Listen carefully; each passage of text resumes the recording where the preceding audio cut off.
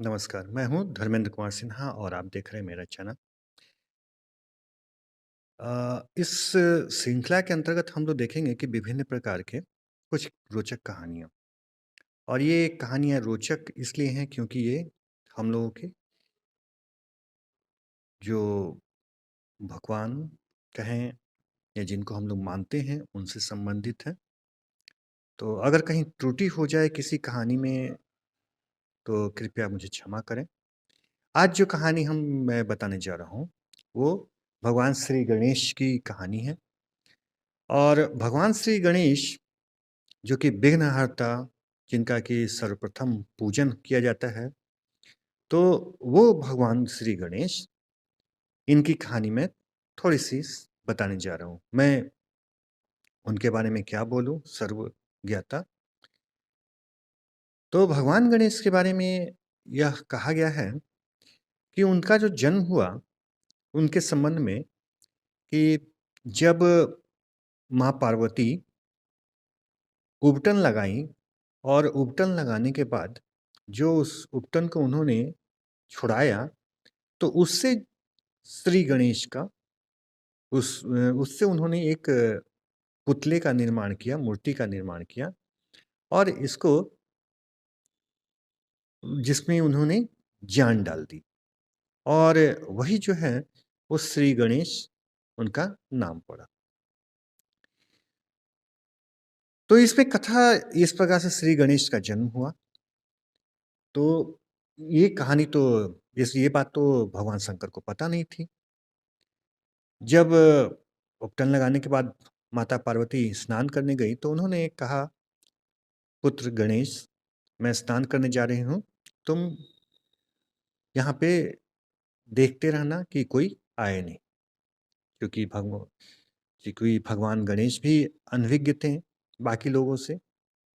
तो जब वो नहाने चली गई तो उसी समय भगवान शंकर आए और वो प्रवेश करना चाह रहे थे, क्योंकि उनका घर था। लेकिन चूंकि माता की आज्ञा थी कि किसी को प्रवेश ना करने दिया जाए, तो श्री गणेश ने उनको रोका और इस रोकने के क्रम में भगवान श्री गणेश और श्री शंकर के बीच में काफ़ी बातचीत हुई और ये बातचीत समय के साथ जो है कि थोड़ी-सी गंभीर होती चली गई और गंभीर इतनी हो गई कि वो एक युद्ध का रूप लेने लगी। तब जाकर के भगवान शंकर ने आह्वान किया वीरभद्र एवं नंदी, इन सभी अपने गणों का, कि देखो ये कैसा बालक है, थोड़ा-सा इसको रास्ते से हटाओ, मैं गृह में प्रवेश करना चाहता हूँ। काफ़ी जद्दोजहद के बाद श्री गणेश ने उन सभी शिव के गणों को मार भगाया। क्योंकि कहीं न कहीं अब तो अंश जो है श्री गणेश में माता पार्वती का आ गया था। तो वो काफ़ी शक्तिशाली, बलशाली हो चुके थे।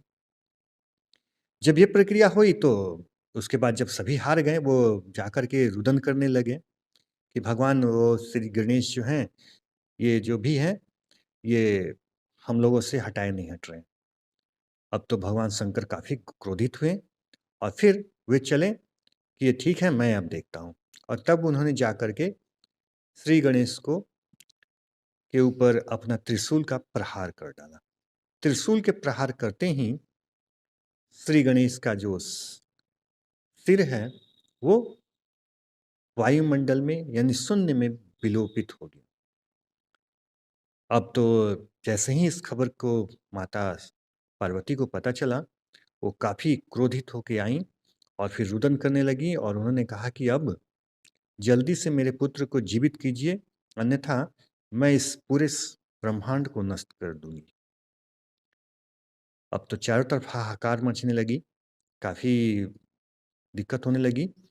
तब जाकर के भगवान विष्णु ने कहा कि ठीक है, इनको श्री गणेश को जिंदा किया जा सकता है, बशर्ते कि कहीं से किसी अन्य जीव का सिर लाया जाए।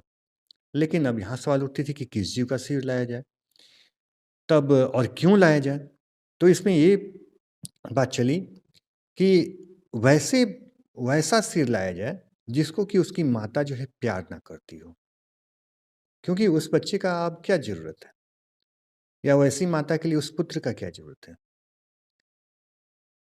तो जब श्री शंकर भगवान के जब गण लोग जब जाने लगे और पूरे जगह खोजने लगे, तो उन्होंने देखा कि एक हथनी जो है, अपने पुत्र को अपनी पीठ की तरफ सुलाई हुई है। और यह एक तरीके से इंडिकेशन था उन लोगों की तरफ से, ये द्योतक था कि यदि वो उस लगता है कि वो अपने पुत्र को नहीं मान रही है। तो नहीं मान रही है, तो फिर उन्होंने कहा कि इससे अच्छा क्या होगा? यहाँ पे तो पता चल रहा है कि वो अपने पुत्र को नहीं मान रही है। तो उन लोगों ने हथनी के बच्चे का सिर काट कर ले आया। तब जाकर के प्रभु विष्णु ने श्री गणेश के धड़ के ऊपर उस हथनी के बच्चे के सिर को स्थापित कर दिया और इस प्रकार से श्री गणेश जो है, अब श्री गणेश तो पहले नाम था, उसके बाद वो गजानन के नाम से भी प्रसिद्ध हो गए और तब वो जिंदा हो गए। और इस प्रकार से जो है श्री गणेश का दोबारा जन्म इस प्रकार से होता है, क्योंकि एक बार वो माता पार्वती के औटन से और दोबारा दोबारा जब उनका सिर जो है वो हाथी का सिर लगा, तो इस प्रकार से हुआ। तो इस तरीके से जो है गणेश भगवान का जन्म होता है। इसी प्रकार से अन्य भी इनसे रोचक जो कहानियाँ हैं, आगे हम लोग सुनते रहेंगे और मैं कोशिश करूँगा कि आप लोगों के समक्ष प्रस्तुत करूँ। यदि मुझे कहीं भी त्रुटि हो गई हो मुझ में, तो मुझे क्षमा करें। धन्यवाद।